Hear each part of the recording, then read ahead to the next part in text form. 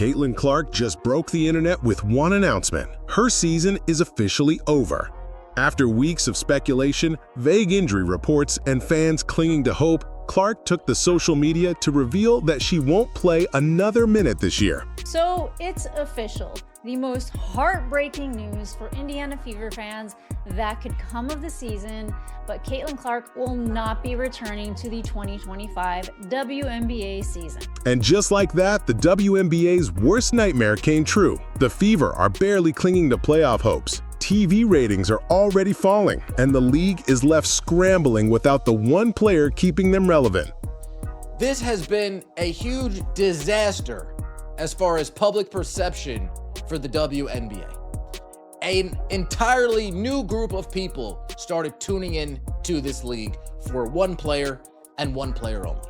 But the fallout isn't stopping there, because now, for the first time, fans aren't just asking when Clark will return, they're asking if she should return at all. Social media is flooded with messages saying one thing loud and clear: go to Europe, Caitlin. That's right, fans are openly calling for her to leave the WNBA and take her talents overseas. And the scary part for the league? Those voices are only getting louder, which leaves us with the million-dollar question. Or maybe in Caitlin's case, the multi-million-dollar question. Is her future really in the WNBA, or is Europe calling louder than ever? The groin injury Caitlin suffered back on July 15th seemed like a temporary setback at first. The Fever called it day-to-day, then week-to-week, sprinkling in comments about her making progress. Fans even saw her moving well in warm-ups, running through shoot-arounds, and smiling courtside.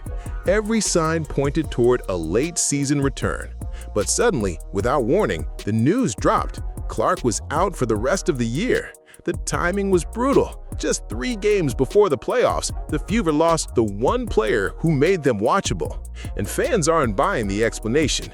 Many believe the team knew this was coming all along, but kept stringing them along to sell tickets. After all, every game Clark attended, injured or not, still filled arenas. The optics got even worse when the announcement landed the same day football season kicked off, almost like the Fever were burying the news. Fans felt betrayed, not just by the injury, but by how the organization handled it. They weren't given honesty, they were fed false hope. And in a league already struggling for credibility, that kind of trust is hard to rebuild. But this injury bombshell isn't just about health, it's about what it exposed. They've kept us fans in the dark, and it sucks. It absolutely sucks.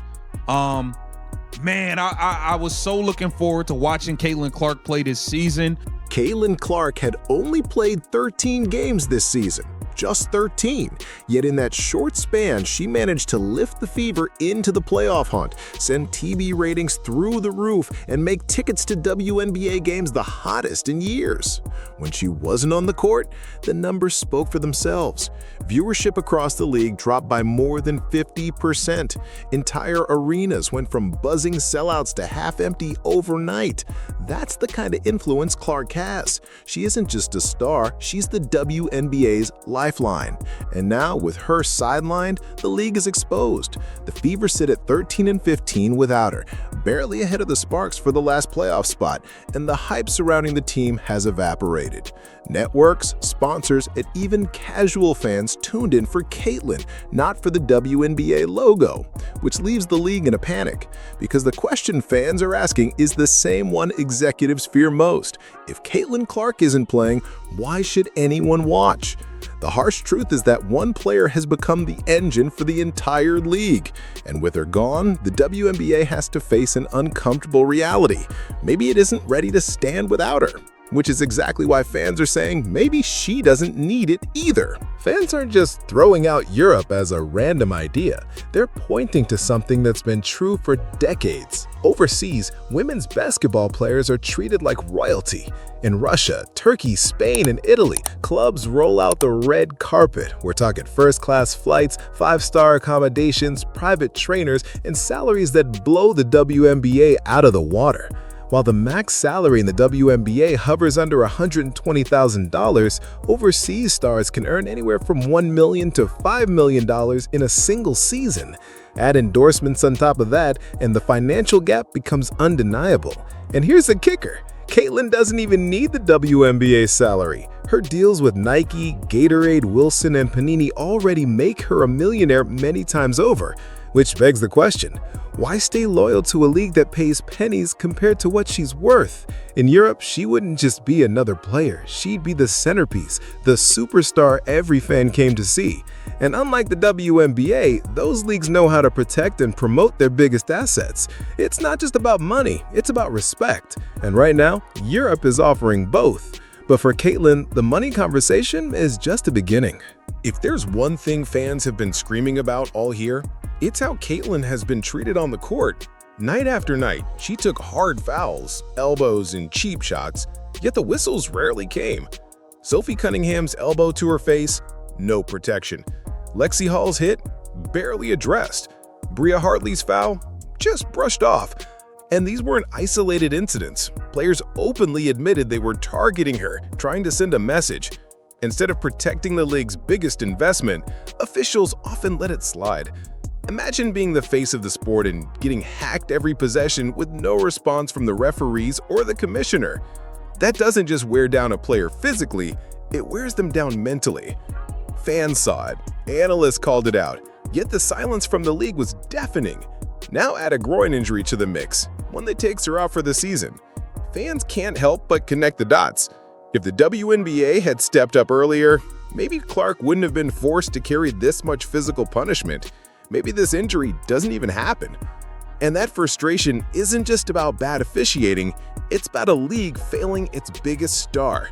But the hits haven't only come from opponents. Inside her own locker room, Caitlin hasn't exactly been embraced with open arms. From subtle digs in interviews to veterans making comments about her media attention, it's been clear. Some players resent the spotlight she brings. And that's the irony. The very thing that saved the league's relevance, her popularity, is the same thing creating tension with teammates who feel overshadowed. Compare that to Europe, where she'd be welcomed as the golden ticket. Over there, stars aren't resented, they're celebrated. A Caitlin Clark signing wouldn't just excite fans, it would elevate the entire league's visibility. Teammates wouldn't see her as a threat, they'd see her as the reason their sport is gaining global attention. And let's be honest, how long can anyone thrive in an environment where your own peers subtly undercut you? In Europe, the energy would be completely different. Caitlin wouldn't just be tolerated, she'd be adored. And that contrast is making fans louder with their calls for her to leave, which brings us to the movement that's shaking the WNBA to its core. Social media is a storm right now, and the message is consistent. Leave Caitlin, save yourself. These aren't trolls or rival fans. These are Fever supporters, the same people who've bought jerseys, tickets, and streaming packages just to see her play. They're fed up. Fed up with the lack of transparency, fed up with the constant punishment she takes, and fed up with the league that doesn't protect her. For years, WNBA fans begged for a superstar who could lift the sport into mainstream relevance. Caitlin arrived, and instead of being protected, she's been left vulnerable. Now fans are telling her directly what they think is best. Get out before it's too late. What makes this movement so powerful is that it proves something the WNBA doesn't want to admit. The loyalty isn't to the league, it's to Caitlin Clark. People aren't WNBA fans first, they're Caitlin Clark fans. And if she leaves, they'll follow. They'll stream games from Spain at 3 a.m. They'll buy her overseas jersey. They'll support her wherever she goes. That's not just chatter, that's leverage. And it's leverage the WNBA can't afford to lose. Picture this nightmare. Caitlin Clark suits up in Spain, Italy, or Turkey in 2026. ESPN highlights show her dropping 40 points in front of 15,000 screaming fans overseas. Social media is filled with viral clips of her buzzer beaters, European fans chanting her name, and sponsors backing her every step of the way. Meanwhile, back in the US, WNBA arenas sit half empty, and networks struggle to hype games without their biggest draw. That's the scenario executives are terrified of. Because the truth is, the league has built its entire growth strategy on one player. Expansion hype, TV negotiations, attendance spikes, all of it centered on Caitlin Clark. And if she even hints at walking away, their leverage collapses. Sponsors panic, networks hesitate, and the narrative shifts from the WNBA is growing to the WNBA just lost its star to Europe. That's a PR disaster that could set the league back years. And here's the twist. Fans wouldn't even blame her. They'd cheer her on.